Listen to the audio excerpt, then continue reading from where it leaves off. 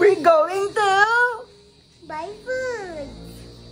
food slot ka. Bang sundo ni mamang mo.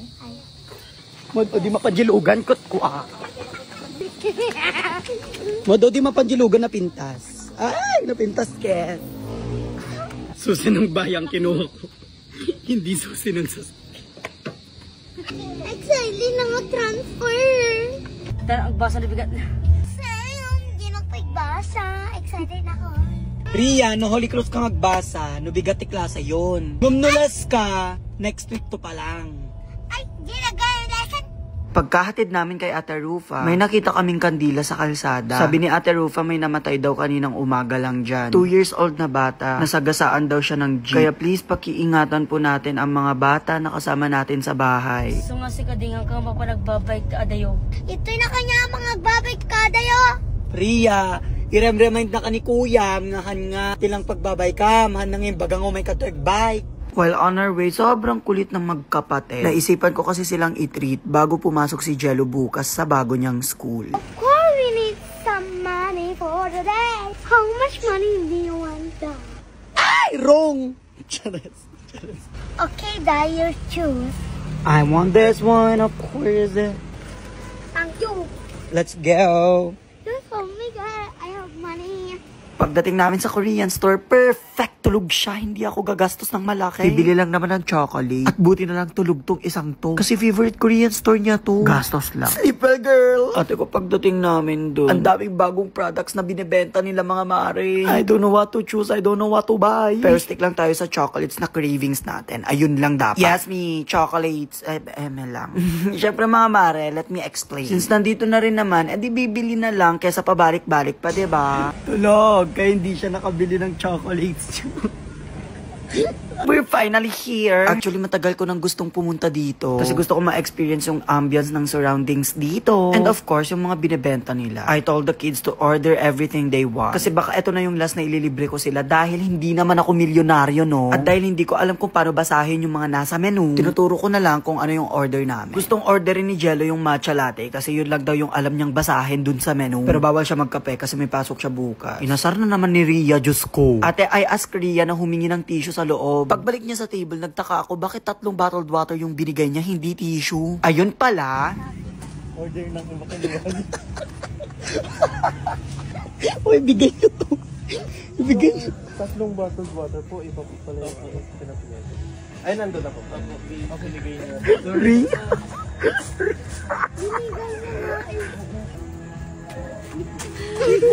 Yung mukha niya, pero that's okay, baby girl.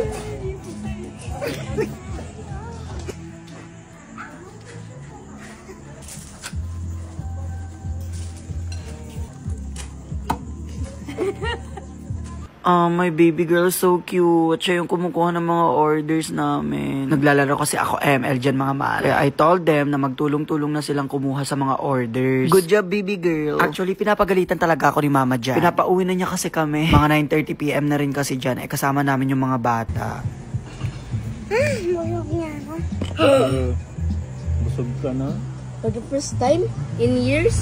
First time ko marinig yan sa kanya na busog na siya. Anyways, that's it for today's video mga mare. Thank you for watching. Next time to manambe. Tinanong ko si Ria kung anong nararamdaman niya dahil graduation na ng mama niya. Sabi niya, di ako excited dad, di naman ako yung gagraduate. Lokong bata talaga. Flexing her new phone. May entry na naman si Ria dito. Pagdating namin sa event place, Diyos ko, ang daming tao. Alamang, graduation nga, diba? As always, late na naman po siya sa graduation niya. Nag-start na talaga 20 minutes ago nung dumating kami dyan. Ano to, graduation ba o sauna? Naging barbecue na lang talaga yung mga graduates. Gagawin ng lahat. Dumaan man sa putikan, mapanood ko lang si ate na graduate. Bongga ng God gave me you, ah.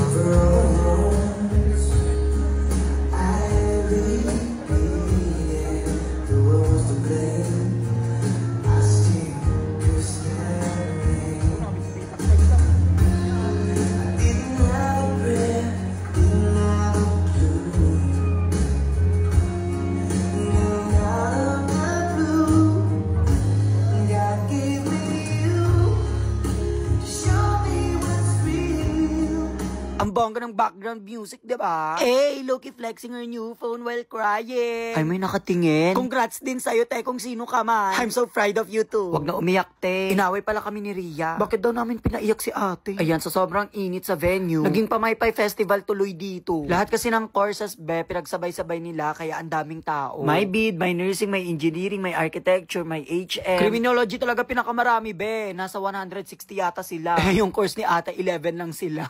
Taray, gandara. Oh, ayan, laging late sa practice, hindi tuloy alam kung anong gagawin. Umexit na rin ako after nyan. Naganap na ako ng pwede namin kainan after the event. Let's go! Nauna na kami sa kainan para ma-set up namin tong surprise namin para kay ate. Kasi every time na may magbo-birthday sa amin, siya lagi yung pasimuno sa pagsa-surprise. Kaya ngayong graduation niya, it's time na siya naman ang masu-surprise. Kung kahapon iPhone 16, for today naman ang iso-surprise natin sa kanya ay $700. Truth. I can't wait for her reaction. Sorry, naguwabkes, Ayan, itatago natin yung $700 para hindi niya mapansin. Ate, ang dami ko ng gastos. Pero singilin ko na lang si ate lahat ng nagastos ko ngayong graduation niya once na sumahod na siya. Kinabahan ako naman sa sobrang dami kong in-order, Kaya nung nire-repeat order nila, kinakain ko na lang kuko, Kasi alam ko nang malaki talaga yung babayaran ko, ma. Pero para kay ate, go! Wag mo lang ako aawayin, binakalista lahat. Ayan, after 30 minutes, dumating na rin sila ate. Excited naman si Mama Ju magbigay. Sabi ko, mamaya na. Ay, si Bakla hindi pa nakakaupo si ate, binigay na agad. Kaya wala akong choice kundi ibigay na lang din yung surprise ko sa kanya. O, diba? May new phone ka na. Nilibre pa kita sa paborito mong fast food chain. Magkakapera ka pa. Akala niya, simpleng bouquet lang siya. Kaya ako na lang naghila ng pera kesa malaglag, diba? Bakit dolyar ang binigay ko? Para naman mag-effort siyang magpasuklinak, hindi lang puro tangga. Seeing her smile made me the happiest kapatid ever. Ay, buti naman tapos ka na mag-aral, Hindi ko na kailangan bumiyahe pa ng 30 minutes para lang maihatid ka. And another 30 minutes para masundo ka. Yes, bago lumamon, family picture muna. Chares, kumakain na ako. Hindi ko na kaya, yung gutom ko. At syempre, dadamihan ko talagang kumain. Hindi magigilting maraming kakainin kasi libre ko, malamang. Naubos ko na talaga yung mga pagkain sa table namin, Syempre, dun ako sa table na hindi malalakas yung mga kasama kong kumain. Tapos nung wala nang pagkain sa table namin, nangapit bahay ako. May pizza pa at chicken sa table nila nakikipagkwentuhan ako sa kanila para hindi nila mahalata na manguubos lang ako ng pagkain sa table nila. Sa'yo nakikitawa kahit hindi naman nakakatawa. Eto na, natatakot akong buksan to na. Lord, please help me settle my bill. Ipamilyon views mo to, Lord, please. Eto na. Ready na kayo? Chares, buksan na nga natin para makauwi na tayo. Yung mukha ko nung nakita ko yung bill. Trumare, 8,000. Manang, pautang muna ako sa $700 mo. Let's start! Bato, pick! Bato, pick!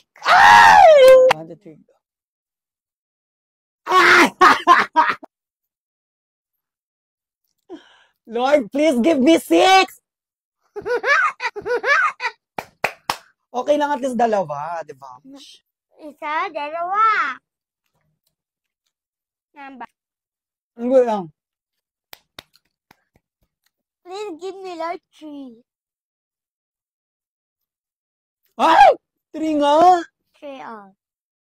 Ang sarap ng sauce.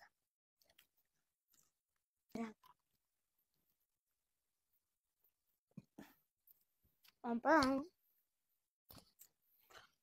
Bilis naman, Taga. Kanina pa natin yung binili na. Anak! Paspas, anak!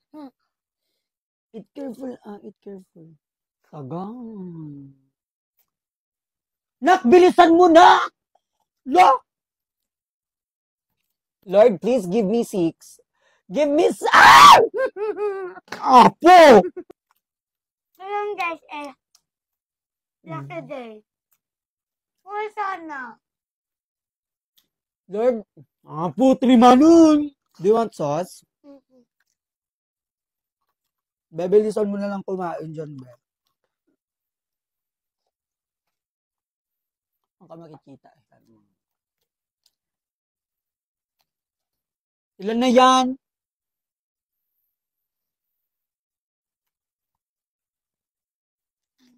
Careful, atin tipanangan mo. Bibigyan mo naman ako ng 6, please. 6! I'm back! Oh my God, thank you, Lord. Anim ako. Ikaw naman yung matagal, Tak na ta amin. 2? No, 3.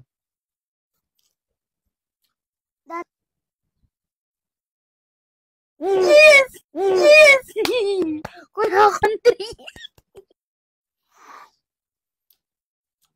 Full agamin.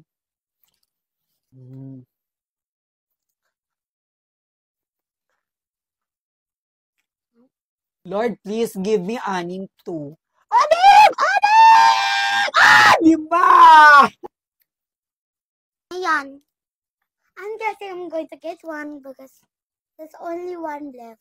Next time, guys, 40 pieces yung ano ko, magpabili ako. Go na, be. Dapat ang mabunot natin. 1, kasi isa na lang natin. Ah!